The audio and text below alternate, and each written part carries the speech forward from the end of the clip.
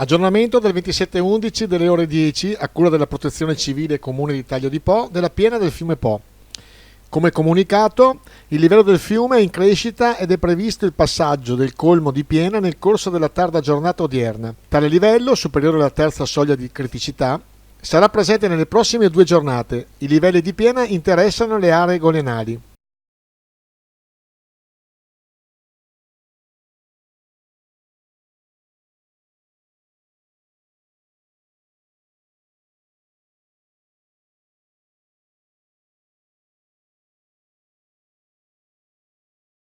Osserviamo anche il fontanazzo della località Pioppa a Portoviro, sottolineando che il fontanazzo è un termine usato in idrologia per indicare una sorgente che si forma per infiltrazioni d'acqua sul lato esterno di un argine durante la piena di un fiume. I fontanazzi mettono a rischio la stabilità degli argini lungo i corsi d'acqua in quanto favoriscono una rapida erosione del terreno costituente sottostante l'argine stesso. I fontanazzi sono combattuti mediante la posa di sacchi di sabbia attorno al foro in modo da formare una coronella. I tecnici dell'AIPO hanno dichiarato che non ci sono in questo momento criticità particolari.